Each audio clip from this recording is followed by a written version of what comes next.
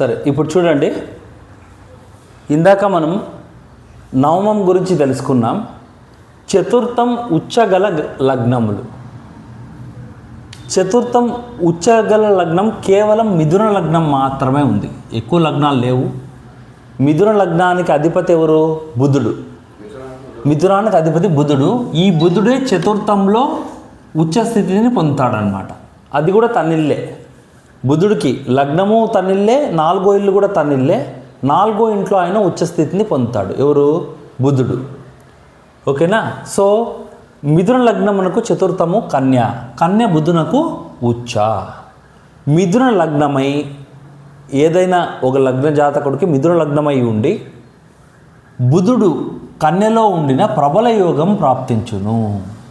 4వ ఇంట్లో బుధుడు ఉన్నాడంటే చాలా మంచి యోగం అన్నమాట. అది సర్వ వస్తు సముదాయములు ఉండును. 4వ ఇల్లు చతుర్థం వస్తు సముదాయం కదా, ఇల్లు, గృహము, గృహోపకరణాలకి కారకుడు 4వ భావం కాబట్టి 4వ భావంలో బుధుడు ఉన్నాడంటే, లగ్నాధిపతి ఉన్నాడంటే అన్ని రకాల వసతులు, ఫెసిలిటీస్ అన్నీ ఉంటాయన్నమాట. అన్నీ ఎక్కడ పోయినా మంచి ఇల్లు, మంచి వాహనానికి కారకుడు శుక్రుడు. శుక్రుడు కనుక శుభుడై శుభులకు కట్టబడినాడంటే వాహన యోగం కూడా మంచిగా ఉంటుంది. గురువుడు అశుభుడే. గురుడు అశుభుడై ఉండి శుభులకు కట్టబడినాడంటే మంచి ఇల్లు ఉంటుంది. మంచి ఇల్లు కూడా అది ఏ గ్రహాల మీద పోతుందన్నమాట. ప్రబల యోగము. మహామేధావి అయ్యి కీర్తి గౌరవములు పొందుతాడు. 4వ ఇంట్లో ఉన్నాడంటే 10వ ఇంటిని చూస్తాడు కాబట్టి కీర్తి గౌరవాలకు కూడా లోటు ఉండదు. మంచి మేధావి, తెలివివంతుడు. స్వయార్జితము దండిగా నుండును 10వ ఇల్లు చెప్తుంది. 10వ ఇల్లు సంపాదనే కాబట్టి సొంత సంపాదన చాలా ఉంటుందన్నమాట. వ్యవహారములందు పెట్టినది పేరు, మంచి వ్యవహారాలన్నీ చేస్తాడనమాట. ఓకే, ఈవెన్ సెటిల్మెంట్స్ అవి ఇవి కూడా చేసే రకంగా ఉంటాయన్నమాట. ఈయన తెలివి కాబట్టి 10 మంది ఇతని సలహాలు తీసుకోవడము, సలహాలు అడగడము. ఓకే, వ్యవహారాలు కూడా బాగా చేస్తాడనమాట. ఇది పాపగ్రహ వీక్షణ కలిగిన యోగ భ్రష్టత కలిగిన, ఇది మనకు తెలిసిందే. సో పాపగ్రహ వీక్షణ ఉండకుండా శుభగ్రహ వీక్షణ ఉన్నాయంటే మంచి యోగం ఉంటుందన్నమాట. అదే పాపగ్రహ వీక్షణ ఉంది అంటే యోగ భ్రష్టత కలిగే అవకాశం ఉంది. ఎపిసోడ్ 42లో దశమము ఉచ్చగల లగ్నాలు ఏమున్నాయో చూద్దాం. దశమం 10వ స్థానంలో ఉచ్చ స్థితి పొందే లగ్నాలేవి? ఒకటి మేష లగ్నము, ఇంకోటి మకర లగ్నం. సో దీన్ని మేష లగ్నంగా తీసుకుందాము.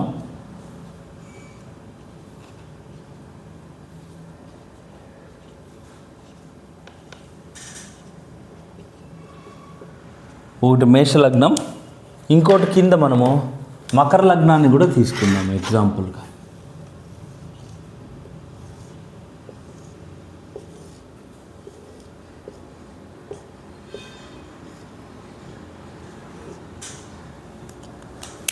ఇది మకర లగ్నం.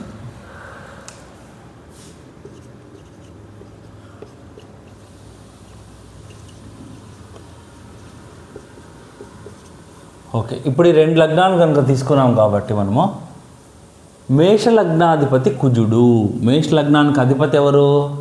కుజుడు. ఇదంతా మనకు తెలిసిందే. మేష లగ్నానికి అధిపతి ఎవరు? కుజుడు. కుజునకు మకరం ఉచ్చ, 10వ స్థానం. కుజునకు ఉచ్చ స్థానం ఏది? మకరం.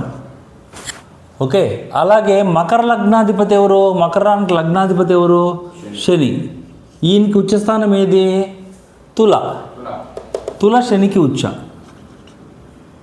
శని తులకు ఉచ్చ. వీరు ఉచ్చయందుండినా అంటే గురుపాలిత లగ్నానికి, మేష లగ్నానికి కుజుడు 10వ స్థానంలో ఉండాలి, ఉచ్చలో ఉండాలి. ఈ మకర లగ్నానికి, ఈ 2 లగ్నాలకే పనికొస్తాయి ఇవి, దశమ స్థానానికి. మరి వేరే లగ్నాలకు తీసుకోకండి. మేష లగ్నానికి కుజుడు 10వ ఇంట్లో ఉండి, మకర లగ్నానికి కుజు శని 10వ ఇంట్లో ఉండి, అంటే తులలో ఉంటే అంటే గురుపాలిత లగ్నం అవుతుంది. గురుపాలితలకు కుజుడు, శనిపాలితలకి శని ఉంటే సర్వ సౌఖ్యములు పొందగలరు, అన్ని సుఖాలు పొందుతారనమాట వీళ్ళు.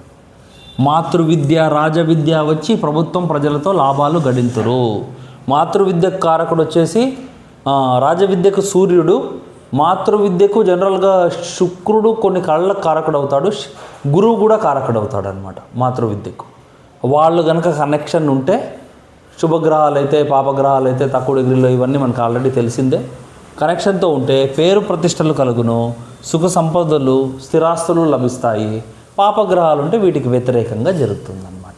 అంటే ఇప్పుడు ఏకాదశం అంటే 11వ స్థానం. లగ్నం నుంచి 11వ స్థానాన్ని మనము ఏకాదశ స్థానము అంటాం. ఏకాదశ స్థానము ఉచ్చగల లగ్నములు ఏవి? 2 లగ్నాలు ఉన్నాయి. ఒకటి వృషభ లగ్నము, ఇంకోటి కటక లగ్నం. కటకం అంటే కర్కాటకం, కర్కాటాన్నే కటకం అంటాం. ఈ వృషభ లగ్నం తీసుకుంటే వృషభ లగ్నానికి ఏకాదశ స్థానం వచ్చి గురువుది వస్తుంది. లగ్నాధిపతి ఎవరు? శుక్రుడు ఈ గురువు ఇంట్లో ఉచ్చస్థితి పొందుతాడనమాట ఏకాదశంలో. అవునా, మనకు తెలిసిందే. శుక్రుడు ఏకాదశంలో ఉచ్చస్థితి పొందా అంటే లగ్నాధిపతి. కాబట్టి ఈ వృషభ లగ్నానికి ఏకాదశ స్థానం వచ్చి ఏకాదశ స్థానము ఉచ్చస్థానం అయిందనమాట. లగ్నాధిపతి ఉచ్చ పొందుతాడు అక్కడ. అలాగే కటకానికి లగ్నాధిపతి ఎక్కడ ఉచ్చ పొందుతాడు? వృషభంలో లగ్నాధిపతి ఎవరు? చంద్రుడు. లగ్నాధిపతి చంద్రుడు 11లో ఉంటే, సో ఈ రెండిటికే ఇలాంటి ఫెసిలిటీ ఉంటుందన్నమాట. ఈ 2 లగ్నాలకు మాత్రమే. మిగిలిన ఏ లగ్నాలకి ఏకాదశ స్థానం అనేది ఉచ్చస్థానం కాదు. లగ్నాధిపతి ఏకాదశ స్థానం ఉచ్చాయి స్థానం అంటే లగ్నాధిపతి 11లో ఉంటే ఉచ్చాయి ఉండాలి.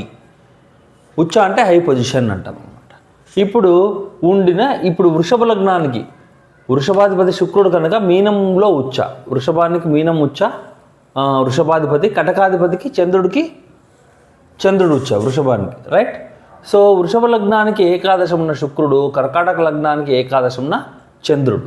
ఇది కటక లగ్నము, ఏకాదశంలో చంద్రుడు ఉంటే ప్రబల యోగం ఉంటుందన్నమాట. విద్యా వివేకము గౌరవ ప్రతిష్టలు పొందుదురు. విద్యా వివేకం ఉంటుంది. లగ్నాధిపతి 11లో ఉన్నాడు కాబట్టి 11లో ఉన్నాడంటే 5ని చూస్తాడు. కాబట్టి 5ని చూస్తాడు 11లో ఉంటే. కాబట్టి విద్య ఉంటుంది, వివేకం ఉంటుంది, తెలివి ఉంటుంది. గౌరవ ప్రతిష్టలు పొందుదురు. మంచి గౌరవ ప్రతిష్టలు పొందే స్థానాలు 5 ఉంది, 4 ఉంది, 10 ఉంది. వీటికి రకరకాల స్థానాల్లో ఒక రకంగా నుంచి గౌరవం అనేది సిద్ధిస్తుంది అన్నమాట. డబ్బు ఉంటే గౌరవం వస్తుంది, సమాజంలో గౌరవం వస్తుంది 10 నుంచి, విద్య నుంచి గౌరవం వస్తుంది. సో అట్లా ఒక్కొక్క స్థానం నుంచి 4 మంచి ఇల్లు, దాని నుంచి గౌరవం వస్తుంది అట్లా. సో ఆ విధంగా వస్తుంది అన్నమాట. కావాల్సినంత ఆర్జింతురు, మంచి డబ్బు వస్తుంది. ఆస్తులు దురాదాయంగా వస్తుంది అంటే మన ప్రమేయం లేకుండా ఆస్తులు వస్తాయి. ఎందుకంటే 11వ స్థానం అనేది లాభస్థానం కూడా అంటాం. లాభస్థానం కాబట్టి మనకు అన్ఎక్స్పెక్టెడ్ ఇన్కమ్ వస్తుంది అనమాట. మనకు తెలియకుండా ఆస్తులు అనేవి కలిసి వస్తాయి. కొత్త దారులు సృష్టించరు, కొత్త మార్గాల్లో డబ్బులు అనేవి వచ్చే ఛాన్సెస్ ఉంటాయి. నెక్స్ట్, ప్రజలతో ప్రభుత్వములతో ఆదాయము గడింతురు, సర్వసుఖములు కలుగును. అన్ని రకాల సుఖాలు కలిగే అవకాశం అనేది ఉందన్నమాట దీన్ని. సరే, ఇప్పుడు చూడండి, మనం కనుక తీసుకుంటే ద్వాదశమున ఉచ్చగల గ్రహములు ఏమున్నాయి? వృషభ లగ్నానికి తీసుకున్నాం అనుకోండి. ఇక్కడ వృషభ, సింహ, తుల 3 లగ్నాలకి 12 ఏదో ఒక శుభగ్రహం అనేది 12వ ఇంట్లో ఉంటే ఉచ్చ స్థితి పొందుతుంది. అది ఎలాగో చూద్దాం. ఇప్పుడు వృషభ లగ్నం ఉంది కదండి, వృషభ లగ్నం ఇది. వృషభ లగ్నానికి 12వ ఇంట్లో సూర్యుడు ఉంటే, సూర్యుడు రవి చతుర్థాధిపతి శుభుడు ఇతను కనుక సూర్యుడు 12లో ఉంటే, అలాగే సింహలగ్నం బ్లాక్లో రాసాం మనము. ఆ సింహలగ్నానికి పంచమాధిపతి ఏమవుతారు? గురువు అవుతాడు. పంచమాధిపతులే అండి, అష్టమం వదిలేయండి. పంచమాధిపతి గురువు అవుతాడు. ఆ గురువు 12లో ఉంటే మంచిది సింహమునకు. అలాగే తులకు బుధుడు, మూడోదేమి తులా లగ్నం అంటే ఏమిది? కన్యా తులా లగ్నానికి 7, 8 నవమాధిపతి. బుధుడు ఎక్కడ ఉండాలి? 12లో ఉండాలి. ఇదే కదా బుధుడు 12లో అంటే 12 అంటే ఇదే కదా తులా లగ్నానికి ముందిల్లు. సో ఇట్లా ఈ 3 లగ్నాలకి వాళ్ళ ముందింట్లో వృషభ లగ్నానికి సూర్యుడు, సింహ లగ్నానికి గురువు, అలాగే తులా లగ్నానికి బుధుడు వీళ్ళుంటే, ద్వాదశమందు ఉంటే ప్రబల యోగము అని చెప్పవచ్చు. ప్రబల యోగము అంటే చాలా మంచి యోగము, ధనార్జన కలిగింతురు. 12ది ఖర్చు స్థానం కదా, మోక్ష స్థానం అదే, ఖర్చు స్థానం అదే. ఖర్చులు పొదుపు చేసి 12లో ఇంట్లో రోగస్థానాన్ని కూడా చూస్తారు. 6వ ఇల్లు శత్రు రోగ రుణ విపత్తులు లేకుండా కాపాడుతారు వాళ్ళు. శత్రు రోగ రుణ విపత్తుల స్థానం 6వ స్థానం, అది లేకుండా కాపాడతారనమాట వాళ్ళు. అలాగే దైవభక్తి, ముక్తి సాధన దైవభక్తికి కూడా 12 ఇల్లు వర్తిస్తుంది. ముక్తికి అంటే నెక్స్ట్ వచ్చే జన్మ ఎట్లుంటుంది, ఏమి మంచి స్నేహితులు ఉంటారా లేదా, దానికి కూడా 12వ స్థానం ఉపయోగపడుతుంది. సో అలాగే ధనము సద్వినియోగం గావింతురు. దీనికి తోడు దశానుకూలత కలిగిన, దేనికన్నా కూడా దశానుకూలత ఉండాలని ఇంతకుముందే చెప్పుకున్నాం మనం. ఓకే, దశానుకూలత మన వీడియోస్లో చూడండి. దశానుకూలత వేరు, గ్రహానుకూలత ఉంది. 2 దశానుకూలత గ్రహానుకూలత అని వీడియో చేసాం మన వీడియోస్లోనే, అవి చూడండి ఒకసారి. అవి దశానుకూలత కూడా కలిగితే అంటే అశుభగ్రహాలు చిన్నప్పుడే అయిపోయి శుభగ్రహాలు మిగిలిపోవాలి, దాన్ని దశానుకూలత అంటాం. ఫస్ట్ మంచి శుభగ్రహ దశ రావాలా. శనిపాలితులు శుక్రదశలో పుట్టాలి, గురుపాలితులు గురుదశలో పుట్టాలి. పుడితే అది దశానుకూలత చక్కగా నడుస్తుంది. ఇవన్నీ పాత వీడియోస్లో చెప్పుకున్నాము, ఒకసారి చెక్ చేసుకోండి మీరు. అగ్నికి తోడు వాయువు అన్నట్లు, అగ్నికి వాయువు తోడైతే ఎలా వ్యాప్తి చెందుతుందో అగ్ని, అలా మంచి అనేది వ్యాప్తి జరుగుతుందన్నమాట. సకల సుఖాలు జరుగుతాయి. రాబో జన్మకు కావాల్సిన పుణ్యం అంతా సంపాదింపజేస్తారనమాట వాళ్ళు. అంటే 12th హౌస్ బాగుంటే దానివల్ల ఆ జాతకుడు మంచి కార్యాలే చేస్తాడు, మంచి మిత్రుల్ని పొందుతాడు, మంచి మార్గాన్ని పొందుతాడు, మోక్ష మార్గాన్ని పొందుతాడు. రాబోయే జన్మ చక్కగా చూసుకుంటాడు అనమాట, చక్కగా ఉండేటట్టు అవుతుంది. ప్రస్తుత జన్మకు సర్వసుఖములు చేకూరి సుఖింపజేతురు. రాబో జన్మ మంచిగా ఉండేదే కాకుండా ప్రస్తుత జన్మ కూడా సుఖపడతారు అనమాట. ఇప్పుడు జన్మలో కూడా సుఖపడతారు, వచ్చే జన్మను కూడా మంచిగా చేసుకుంటారు. ఈ విధంగా మనం వేరు లగ్నాల్లో వేరు స్థానాల్లో ఉచ్చ లగ్నాలు ఏవొస్తాయి స్థానము అనేది చక్కగా మన గురువు గారు ఎక్స్ప్లెయిన్ చేశారనమాట. ధన్యవాదాలు.